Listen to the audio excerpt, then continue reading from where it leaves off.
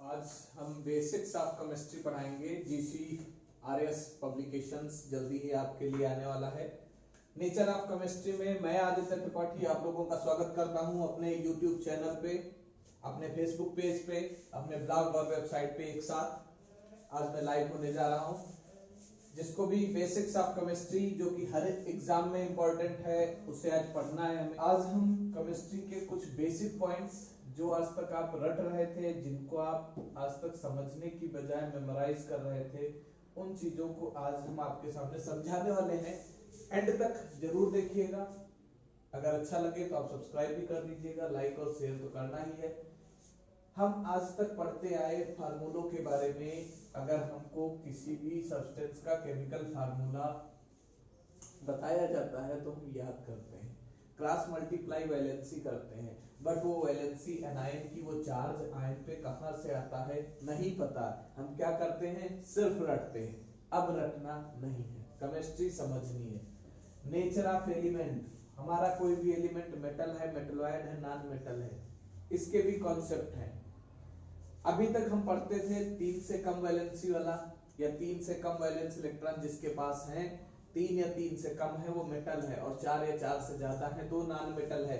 फिर मेटलॉयड कहाँ गए इसमें पढ़ेंगे, और लास्ट में हम ये भी पढ़ेंगे कि एलिमेंट। अभी पीरियोडिक टेबल कंप्लीट हो चुकी है, अभी पीरियोडिक टेबल क्या है, कंप्लीट हो चुकी है। तो फ्यूचर में पीरियोडिक टेबल के जो अगले ग्रुप होंगे, अगले पीरियड होंगे, उसमें कितने एलिमेंट आने वाले हैं, इस चीज को भी हमें देखना है।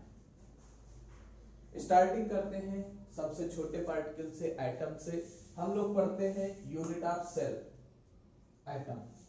सेल को भी यूनिट कहा जाता है, cell is also a unit. Life की यूनिट सेल और सेल की यूनिट एटम। तो एक तरह से हम ये भी मान सकते हैं कि यूनिट की भी स्मॉलेस्ट यूनिट, लाइफ की भी स्मॉलेस्ट यूनिट क्या है, एटम।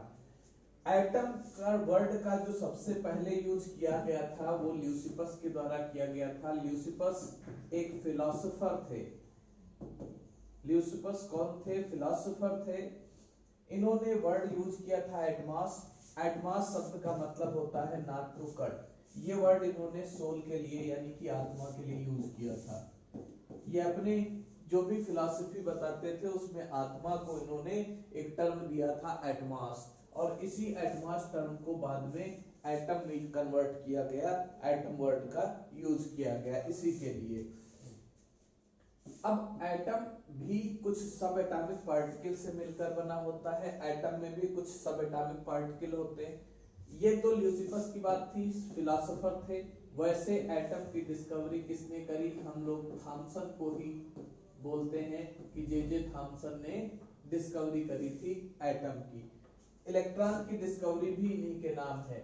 और थॉमसन से पहले एटम के बारे में बताने वाले कौन थे, डाल्टन। डाल्टन ने भी बताया था, लेकिन सबसे पहले इस वर्ड का यूज ल्यूसिफस ने ही किया था, इसका ध्यान रखिएगा। सब एटॉमिक पार्टिकल की बात आती है या रिप्रेजेंटेशन ऑफ एटम की बात आती है, तो हमारे पास एटम को रिप्रेजेंट करने के लिए ये एक फार्मूला है ZAM।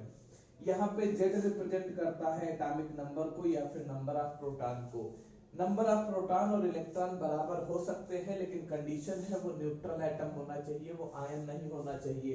अगर वो आयन है तो उसमें केवल एटॉमिक नंबर प्रोटॉन के बराबर होगा, इलेक्ट्रॉन वेरी कर जाएंगे। फॉर एग्जाम्पल सोडियम है, सोडियम 11 और 23। ये 11 जो लिखा है ये क्या है, यही एटॉमिक नंबर भी है, यही नंबर ऑफ प्रोटॉन भी है, यही नंबर ऑफ इलेक्ट्रॉन भी है। लेकिन अगर हम सोडियम का आयन लिखें, अब यहाँ पे नंबर ऑफ इलेक्ट्रॉन 1 कम हो गया, नंबर ऑफ इलेक्ट्रॉन 10 बचे, क्योंकि एक पॉजिटिव चार्ज आ गया। किसी भी स्पीशीज पे पॉजिटिव चार्ज आने का मतलब उसमें से एक इलेक्ट्रॉन कम होना, और किसी पे निगेटिव चार्ज आने का मतलब उसमें एक इलेक्ट्रॉन बढ़ जाना। क्लोरीन के पास 17 होते हैं, लेकिन एक निगेटिव यानी क्लोराइड आयन के पास 18 हो जाते हैं। तो इस तरह हम निकाल सकते हैं एटॉमिक नंबर, एटॉमिक मास। ये M जो लिखा है this is atomic mass, that is mass number, number of proton, number of neutron. इन सब एटॉमिक पार्टिकल्स के बारे में कुछ थोड़ी बहुत जानकारी ले लेते हैं। इलेक्ट्रॉन की डिस्कवरी जे थॉमसन ने करी थी, प्रोटॉन की डिस्कवरी गोल्डस्टीन ने, और न्यूट्रॉन की जेम्स चैडविक ने। चार्ज कितना होता है? इलेक्ट्रॉन का चार्ज और प्रोटॉन का चार्ज इक्वल होता है, लेकिन सिंबल अलग होता है, दोनों अपोजिट। इलेक्ट्रॉन नेगेटिव और प्रोटॉन पॉजिटिव, जबकि न्यूट्रॉन पे कोई चार्ज नहीं, न्यूट्रल स्पीशीज है। मास क्या होता है? इलेक्ट्रॉन का मास 9.1 × 10⁻31 किलोग्राम। प्रोटॉन और न्यूट्रॉन के मास में बहुत स्लाइट डिफरेंस होता है, लेकिन अगर हैवियर की बात की जाए तो न्यूट्रॉन का मास प्रोटॉन से ज्यादा होता है, और प्रोटॉन का मास इलेक्ट्रॉन से 1800 गुना ज्यादा होता है। यही कारण है इलेक्ट्रॉन रिवॉल्व करता है अराउंड द न्यूक्लियस, जबकि प्रोटॉन और न्यूट्रॉन कहाँ रहते हैं? न्यूक्लियस के अंदर। अब जो हमको स्टार्टिंग करनी है, ये तो कुछ बेसिक पॉइंट्स थे। एटम, एटम में जो के एल एम एन आप देख रहे हो, दीज आर कॉल्ड सेल। इनको कहते हैं सेल या फिर ऑर्बिट। और इन सेल में मैक्सिमम इलेक्ट्रॉन कितने भरे जाते हैं? मैक्सिमम इलेक्ट्रॉन भरने की फार्मूला 2n²। n की वैल्यू यहाँ पे 1 2 3 कुछ भी लिखा जा सकता है। ये होता है किसी भी सेल में इलेक्ट्रॉन भरने का फार्मूला। लेकिन इन सेल के अंदर भी याद रखिएगा, हर सेल में कुछ सबसेल होती हैं। जैसे अगर पहली सेल है तो पहली सेल में एक सबसेल होती है, दूसरी सेल में 2 सबसेल होंगी, तीसरी सेल में 3 सबसेल होंगी, और चौथी सेल में 4 सबसेल होंगी। 4 लाइनें बनेगी। इसका मतलब कौन कौन सी सबसेल हैं ये भी पढ़ ले। इसके सेल में एक सबसेल है S, L सबसेल में 2 है, एक S है एक P है, इसमें एक S है एक P है एक D है, यहाँ पे S है P है D है और F है। ये जो SPDF आप लिख रहे हैं, ये SPDF क्या है? सबसेल। किसी भी सेल की पहली सबसेल हमेशा S ही रहेगी, इनको कहा जाता है सबसेल। और नंबर ऑफ सबसेल, किसी सेल में कितनी सबसेल होंगी? वो सबसेल होंगी n के इक्वल। और n की अगर बात करें तो k के लिए n की वैल्यू 1, l के लिए 2, m के लिए 3 एंड n के लिए 4। यहाँ से तो हमको सबसेल पता चल गए कि टोटल 4 सबसेल, 4 सेल थी, 4 सबसेल भी हो गई। लेकिन हर सबसेल में ऑर्बिटल कितने होंगे? अभी तक हमको पता था इलेक्ट्रॉन कहाँ होते हैं? सेल्स में, लेकिन इलेक्ट्रॉन की एग्जैक्ट लोकेशन सेल नहीं होती है। अभी तक हम लोग पढ़ते थे कि सेल में इलेक्ट्रॉन होते हैं, लेकिन सेल में होते तो हैं, सेल के अंदर सबसेल है और सबसेल में ऑर्बिटल है। ऑर्बिटल में इलेक्ट्रॉन होते हैं। ऑर्बिटल किसमें कितने हैं? एस सेल की बात, सबसेल की बात करें तो एक ऑर्बिटल है, अगर पी की बात करें तो इसमें 3 ऑर्बिटल हैं, डी की बात करें तो इसमें 5 ऑर्बिटल हैं, और एफ की अगर बात करें तो एफ में टोटल 7 ऑर्बिटल हैं। टोटल 7 ऑर्बिटल है, और हर ऑर्बिटल में 2 इलेक्ट्रॉन होते हैं। इसकी जानकारी थोड़ी सी और डिटेल में लेते हैं। यहाँ पे हमको कैसे पता चलेगा किसी भी सबसेल में कितने ऑर्बिटल हैं? Number of electron in any orbital, किसी भी ऑर्बिटल में इलेक्ट्रॉन की संख्या 2 से ज्यादा नहीं हो सकती है। लेकिन number of electron in any subshell, अगर सबसेल की बात करें तो सबसेल में इलेक्ट्रॉन की संख्या 2 × 2l+1। और नंबर ऑफ ऑर्बिटल पता हो गया होगा आपको देख के, इन एनी सबसेल 2 हट जाएगा, 2l+1। यहाँ पे जो l लिखा है, इस l का कुछ मीनिंग है, इसी से तो निकल के आ रहा है। l जो होता है ये रिप्रेजेंट करता है नंबर ऑफ नोड। क्या रिप्रेजेंट करता है? Node of subshell. ये नोड क्या चीज है ये भी हमको देखना पड़ेगा। हमारे पास सबसेल थी S, P, D और F। S सबसेल का शेप होता है स्फेरिकल, इसमें कोई ज्वाइंट नहीं है। P का शेप होता है डंबल शेप। ये जो ज्वाइंट बन के आ रहा है ना, इस ज्वाइंट को कहा जाता है नोड, और इसके जो ये लेंथ है दिस इज कॉल्ड इंटरनोड।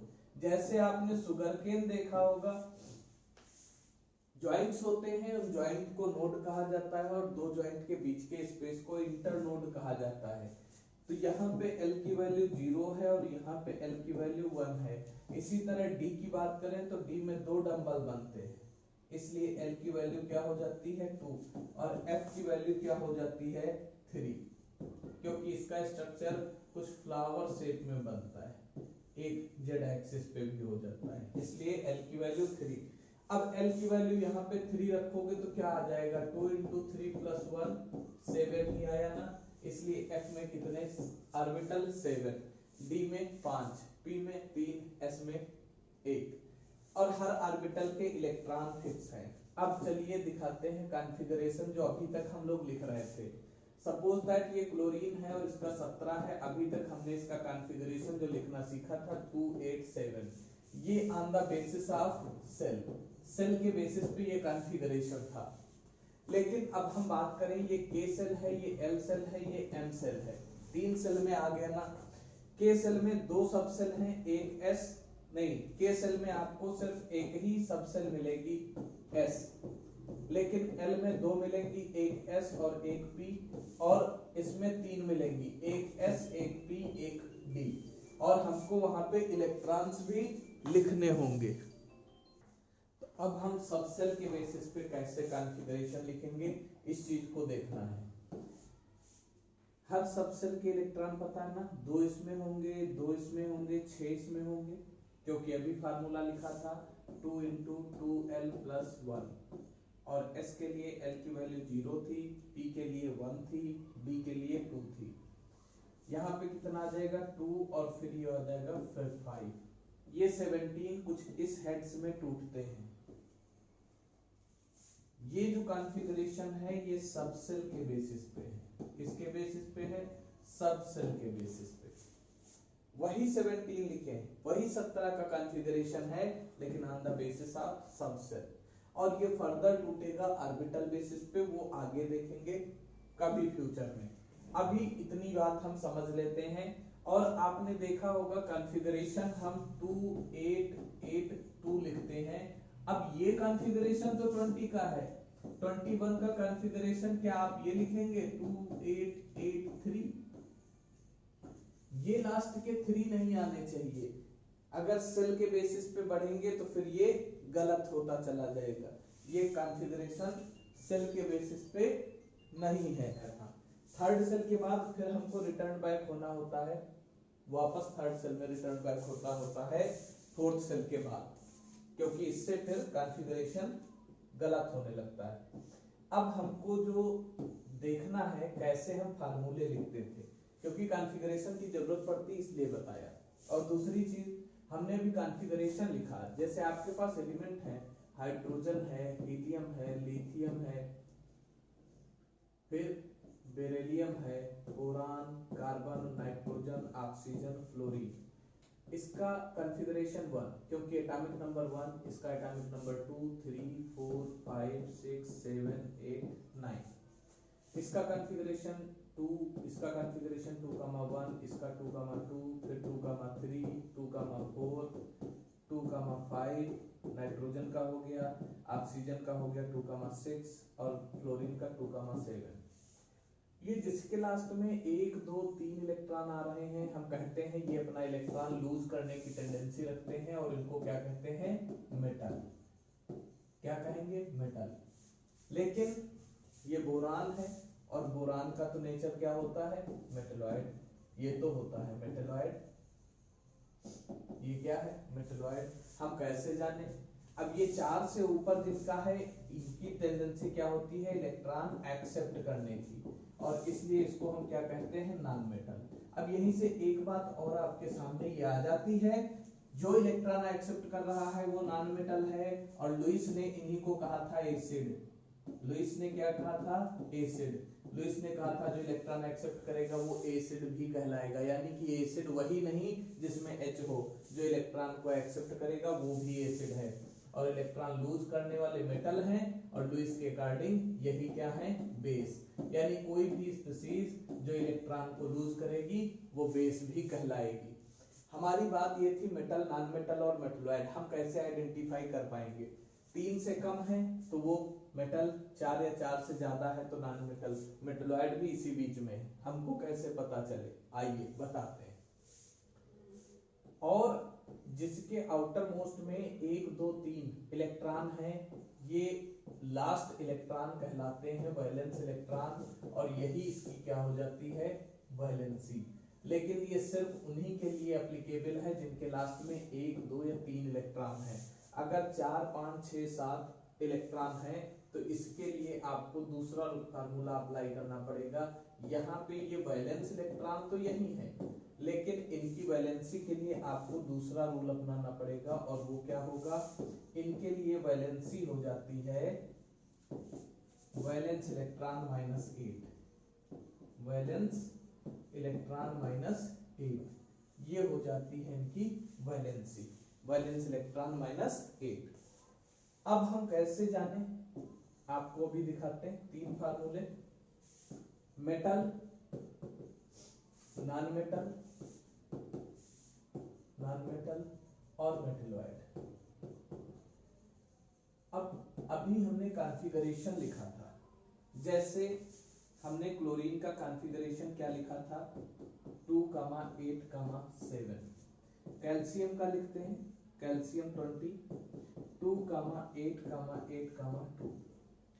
आपको पता है किसी भी एलिमेंट का कॉन्फ़िगरेशन लिखते समय ये जितने हेड में इलेक्ट्रॉनिक कॉन्फ़िगरेशन ब्रेक होता है ये कहलाता है इनका number of period. This is period number. 1 2 3 3, 1 2 3 4 4, यानी इलेक्ट्रॉनिक कॉन्फ़िगरेशन जितने हेड्स में ब्रेक हो रहा है वो क्या है, पीरियड नंबर। और इसके लास्ट में जो ये डिजिट लिखी हुई है ये होता है ग्रुप नंबर, ये होता है ग्रुप नंबर। तो इसका ग्रुप नंबर 2 और इसका ग्रुप नंबर 7, ग्रुप नंबर 7।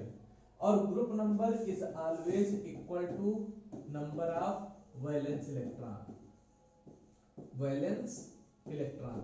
ये भी रूल है कि जितना उसका ग्रुप नंबर होगा वही उसके वैलेंस इलेक्ट्रॉन भी होंगे। अब हमको यहाँ पे जो देखना है मेटल, फार्मूला लिखते हैं P+1 is greater than n, P+1 is smaller than n and P+1 is equal to n। अगर ये कंडीशन फॉलो होती है तो ये विदाउट एनी एक्सेप्शन आपको हर एलिमेंट पता चल जाएगा कि वो मेटल है, नॉन मेटल या मेटलॉइड। P का मतलब है नंबर ऑफ पीरियड, P का मतलब क्या हो गया, नंबर ऑफ पीरियड, और N हो गया number of valence electron, number of valence electron. अब किसी को भी अप्लाई करके देख लेते फार्मूला सही है या नहीं। जैसे हमारे पास बोरान था 2, 3, लास्ट में 3 है। अगर पुरानी थियरी देखें तो 3 इलेक्ट्रॉन वाला मेटल होता है क्योंकि एल्युमिनियम मेटल है, लेकिन इसको यहां अप्लाई करें तो ये क्या आएगा, सॉरी बोरान का 3 होता है टोटल एटॉमिक नंबर, इसलिए यहाँ पे क्या आएगा 2, 1। बोरान सेकंड पीरियड का एलिमेंट है, बोरान सॉरी बोरान का एटॉमिक नंबर 5 ही है, 2, 3। बोरान का पीरियड नंबर 2, बोरान का पीरियड नंबर 2 और एक जोड़ा तो कितना हुआ 3, और इसके वैलेंस इलेक्ट्रॉन भी कितने हैं 3, यानी दोनों चीजें बराबर है। P+1 की वैल्यू n के बराबर है, इसलिए बोरान क्या है, मेटलॉइड है। बोरान के लास्ट में 5 इलेक्ट्रॉन, बोरान का एटॉमिक नंबर 5, वैलेंस इलेक्ट्रॉन 3, और पूरा कॉन्फ़िगरेशन 2 हेड में टूटा, इसलिए पीरियड कौन सा हो गया, सेकंड पीरियड, एक जोड़ा 3, वैलेंस इलेक्ट्रॉन भी 3, यानी ये फार्मूला अप्लाई हो रहा है, ये मेटलॉइड है। कार्बन 6, 2, 4। अब यहां पे हम क्या करेंगे, कार्बन के वैलेंस इलेक्ट्रॉन कितने 4, और इसका कॉन्फ़िगरेशन कितने हेड में ब्रेक हुआ, 2 हेड में। इसका मतलब इसका पीरियड नंबर क्या हो गया 2, पीरियड नंबर 2, और इसके वैलेंस इलेक्ट्रॉन 4, तो 2 + 1 अगर किया तो ये हुआ 3 और वैलेंस इलेक्ट्रॉन 4, यानी कि कंडीशन कौन सी फॉलो हुई, p + 1 > 4। इसका मतलब कार्बन क्या है, नॉन मेटल। ठीक ऐसे ही आप किसी मेटल को चेक करेंगे, मेटल, नॉन मेटल, मेटलॉइड, तीनों के लिए आपको ये फार्मूला लिखा है, विदाउट एनी एक्सेप्शन आप इसको अप्लाई कर सकते हैं कहीं भी मेटल, नॉन मेटल, मेटलॉइड निकालने के लिए। मेटल और नॉन मेटल तो इजीली निकल आते थे, मेटलॉइड नहीं निकलते थे। अब इसके बाद फिर आपको देखना है कि फार्मूला कैसे लिखते हैं। हमको ये पता चल गया मेटल कौन है, नॉन मेटल कौन है, मेटलॉइड कौन है। जैसे आप लिखते हो एल्यूमिनियम सल्फेट, जनरली अभी तक हम क्या करते थे, सल्फेट, फास्फेट, कार्बोनेट, इन सब के फार्मूले हमको अलग से रटाए जाते थे कि SO4 सल्फेट है, NO3 नाइट्रेट है। ये तो मेटल है, इसमें तो कोई दिक्कत नहीं। इसका आपने कॉन्फ़िगरेशन निकाला 2,8,3, लास्ट में जो इलेक्ट्रॉन निकल के आए ये इसकी वैलेंसी हो गई। और सल्फेट हमने रट रखा था कि SO4 - 2 होता है, तो 2 और ये क्रॉस मल्टीप्लाई किया Al2SO4 का होल प्राइस। अभी तक हम ये करते आए।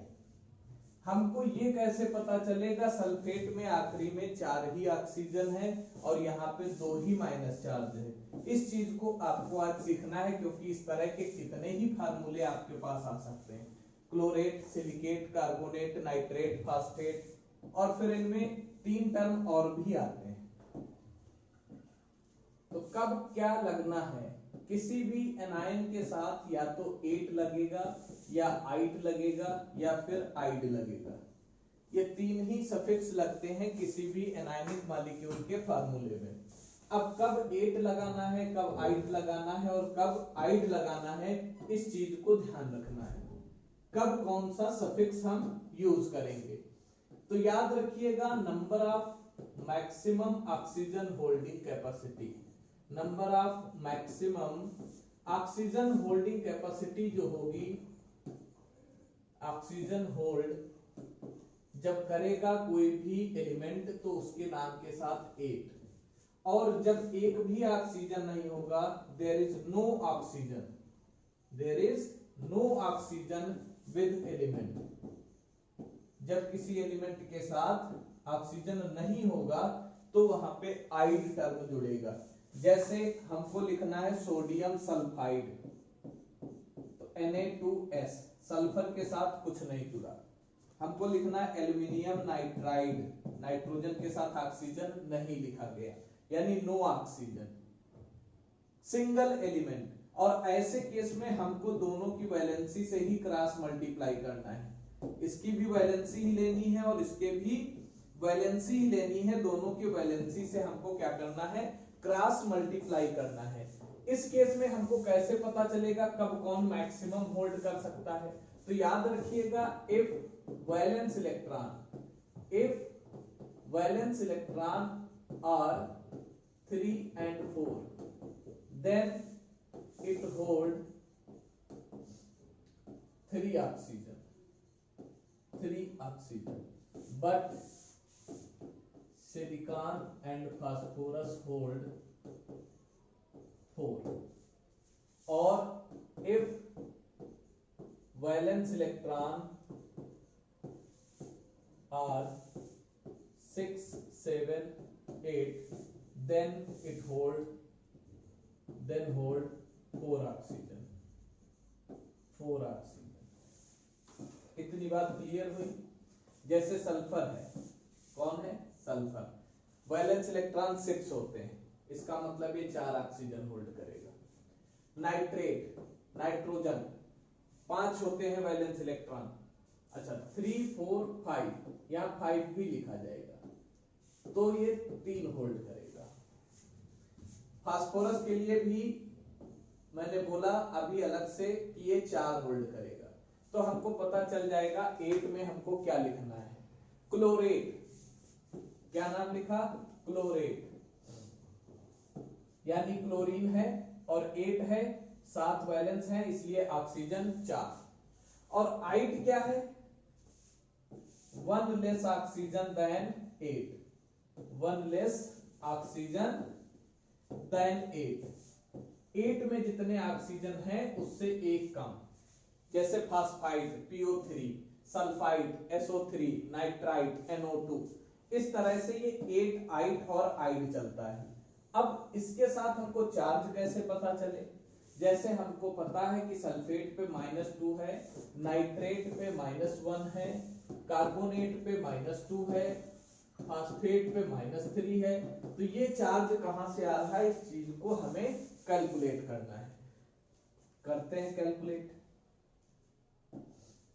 यहां पे चार्ज निकालने के लिए आपको ध्यान रखना पड़ेगा, एनायनिक स्पीशीज का चार्ज निकालना है, कैटायनिक स्पीशीज का चार्ज हमको नहीं निकालना है, उसकी तो वैलेंसी ही चार्ज है। एनायनिक स्पीशीज का चार्ज निकालने के लिए हमको क्या करना है,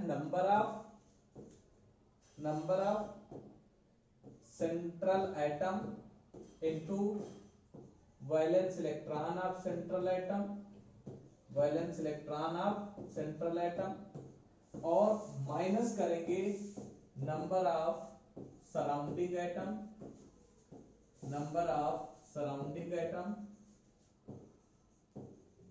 इनटू वैलेंसी, और वैलेंसी का मॉड लेंगे, सिर्फ मॉड वैल्यू यानी सिर्फ वैल्यू उठाएंगे। अब आइए टैली कर लेते हैं। सल्फर 8, वैलेंस इलेक्ट्रॉन 6, -4 वैलेंसी 2, तो 6 - 8 -2, 5 - 6 that is -1, correct. 4 - 6 is equal to -2, correct. यानी कि हम किसी का भी चार्ज निकाल सकते हैं। अब हमको चार्ज भी पता, जैसे आपसे कहें ClO4 माइनस का चार्ज बताओ, तो 7 ClO4 पे चार्ज बताओ कितना है, तो ClO4 Cl7 और 2 4 जाए यानी कि -1, सही भी है। अच्छा इसका बताओ NH4 प्लस NH4 का 5 वैलेंस, 1 × 4, देखो पॉजिटिव 1 आया और इस पे एक प्लस ही होता है। तो इस तरह से हम किसी भी आयन का चार्ज निकाल सकते हैं, और चार्ज निकलने के बाद फार्मूला आसानी से निकल सकता है। चार्ज क्रॉस मल्टीप्लाई कर दिए और फार्मूला आपके सामने। अब बात आती है किसी पीरियोडिक टेबल में एलिमेंट की फिलिंग कैसे हुई है। हमको पता है एटम और पीरियोडिक टेबल में बहुत ज्यादा डिफरेंस नहीं है। जिस तरह एटम में इलेक्ट्रॉन भरे हुए हैं, इसी तरह से पीरियोडिक टेबल में एलिमेंट भरे गए हैं। कैसे, आइए देखते हैं। एटम में क्या होता है, सेल, और सेल में क्या होते हैं, इलेक्ट्रॉन। एटम में सेल और सेल में इलेक्ट्रॉन। इसी तरह से पीरियोडिक टेबल में पीरियड और पीरियड में एलिमेंट। ठीक, सिमिलर। पहली सेल में 2 इलेक्ट्रॉन हैं, पहले पीरियड में एलिमेंट भी कितने हैं, 2। सेकेंड सेल में 8 इलेक्ट्रॉन हैं, तो सेकेंड और थर्ड सेल में 8 इलेक्ट्रॉन हैं। पहले पीरियड को एक साथ सिंगल लिया गया है, इसके बाद हर सेल में 2-2 पीरियड एक साथ चलेंगे। थर्ड सेल में 18 इलेक्ट्रॉन, किस फार्मूले से, 2n² से। तो यहाँ पे 4th और 5th पीरियड में 18 इलेक्ट्रॉन। अगर हम 4th सेल की बात करें तो यहाँ 32 है, आप भी देखते हो 6 और 7 में 32 और 32। अगर हम बात करें 5th की तो यहाँ 50 हो गए, और यहाँ पे 8 और 9 पीरियड में 50-50 एलिमेंट भरे जाएंगे इन फ्यूचर। कहाँ, फ्यूचर में। इस तरह हम सीक्वेंसली लिखते चले जाएं तो हमको किसी भी पीरियड में नंबर ऑफ एलिमेंट्स पता चल सकते हैं कि कब कितने एलिमेंट किस पीरियड में भरे जाएंगे। इस तरह से बहुत सारे बेसिक फार्मूले हैं, बेसिक्स हैं केमिस्ट्री की, जिनमें से आज कुछ आपके सामने हमने रिप्रेजेंट किया है। इसी तरह के और भी लेक्चर्स आपको मिलते रहेंगे।